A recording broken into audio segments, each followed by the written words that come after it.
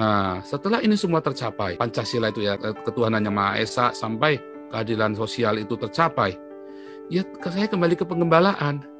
Karena umat itu kan perlu dikasih makan, diarahkan supaya mereka menghormati agama orang lain, supaya jangan merasa dirinya paling benar, supaya jangan merasa dirinya paling suci. Karena sebetulnya konten saya itu buat seluruh dunia ya, makanya saya selalu menyapanya seluruh dunia. Amerika, Kanada, Rusia, karena YouTuber saya semua di seluruh dunia. Saya menyorokkan suara kenabian karena adanya ketimpangan, ketidakadilan kepada minoritas. Yosef Paul Zhang bersama kita dalam acara DW Dua Layar. Boleh dibilang ia adalah orang yang saat ini dicari-cari di Indonesia, paling dicari-cari mungkin karena tuduhan penistaan agama. Kita ingin tanya langsung kepada Pak Paul. Anda sendiri kenapa sih merasa menjadi Nabi ke-26? Ya, kata Nabi sebenarnya berdasarkan kata Navi ya. Nanti kalau Anda lihat navigator, nah artinya apa?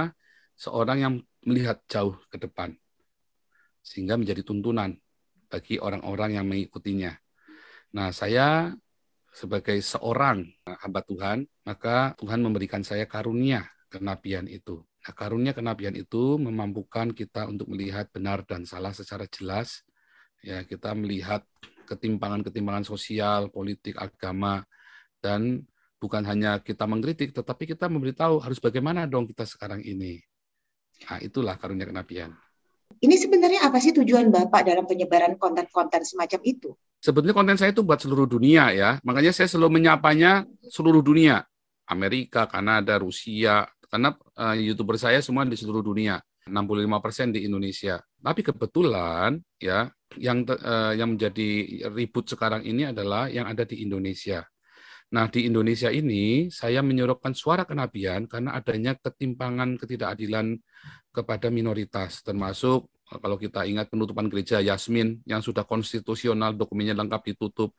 Ada 200 gereja di zaman Jokowi gereja ditutup. Ya, ada 1.000 gereja sejak reformasi, yang 200 di zaman Jokowi. Kemudian kita ingat Meliana, ya, yang gara-gara minta toa dikecilin, masuk penjara, dan ada 7 rumah ibadah dibakar. Dan rumahnya Meliana sendiri dibakar. Ada kesemena-menaan dari mayoritas kepada minoritas. Maka itu konten saya yang berapologia ini akhirnya saya arahkan untuk menyuarakan suara kenabian. Tapi kenapa harus dengan provokatif sih Pak? Apakah tidak ada cara lain? Sebetulnya saya sudah menyampaikan ini dari zaman Facebook sebelum saya di YouTube, dan saya cukup keras, namun nampaknya kurang cukup keras. Sejak saya masih di Indonesia tahun 2016 itu konten saya sudah cukup keras, tapi tidak cukup keras nampaknya. Sudah sempat viral, tapi kurang viral. Sehingga pemerintah nggak dengar. Kalau Anda lihat, teman-teman semua sudah banyak yang bicara, tapi bisik-bisik. Ada sedikit yang teriak, langsung hilang. Apollinaris Darmawan teriak, langsung masuk penjara. Saifuddin teriak, langsung masuk penjara, dan banyak lagi. Maka saya bicara lebih keras lagi. Bukan cuman orang-orang supaya ormas-ormas ini dengar, tetapi supaya pemerintah dengar. Dan saya berhasil dengan cara saya agar pemerintah dengar.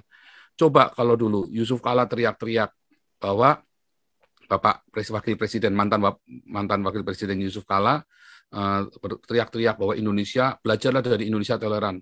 Siapa bilang? Saya lebih dari 40 tahun tinggal di Indonesia. Tidak ada toleransi di Indonesia. Semua itu hanya kemunafikan, maka saya perlu teriak dengan keras dari dunia internasional. Ketika nanti ke depan ya rumah-rumah ibadah mendapatkan izin dan kemudian juga tidak ada lagi persekusi, semua hidup damai harmoni.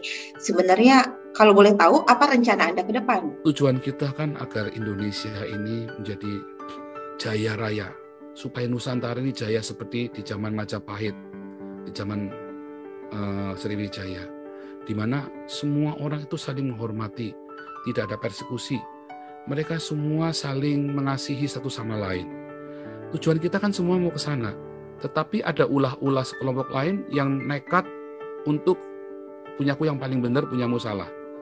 Nah, hari ini saya teriak bahwa saya pun bisa menyalahkan punyamu. Bukan cuma kamu saja yang bisa menyalahkan, tanpa ada orang lain yang bisa menyalahkan kamu. Sekarang saya ada di luar negeri, saya bisa salahkan kalian tanpa kalian bisa berbuat sesuatu apapun kepada saya. Nah, setelah ini semua tercapai, Pancasila itu ya, ketuhanan yang Maha Esa, sampai keadilan sosial itu tercapai, ya saya kembali ke pengembalaan. Karena umat itu kan perlu dikasih makan, diarahkan supaya mereka menghormati agama orang lain, supaya jangan merasa dirinya paling benar, supaya jangan merasa dirinya paling suci. Karena kita ini belum ketemu Tuhan, kita ini semua masih ada di dunia fana, masih hidup di dalam ketidaksempurnaan. Bahkan kita melihat Tuhan itu samar-samar. Makanya kita harus arahkan jemaat untuk bisa belajar bertoleransi dan memahami orang lain pun punya kebenaran yang mungkin berbeda dengan kita. Sehingga mereka harus mengasihi, mengampuni, dan memberkati.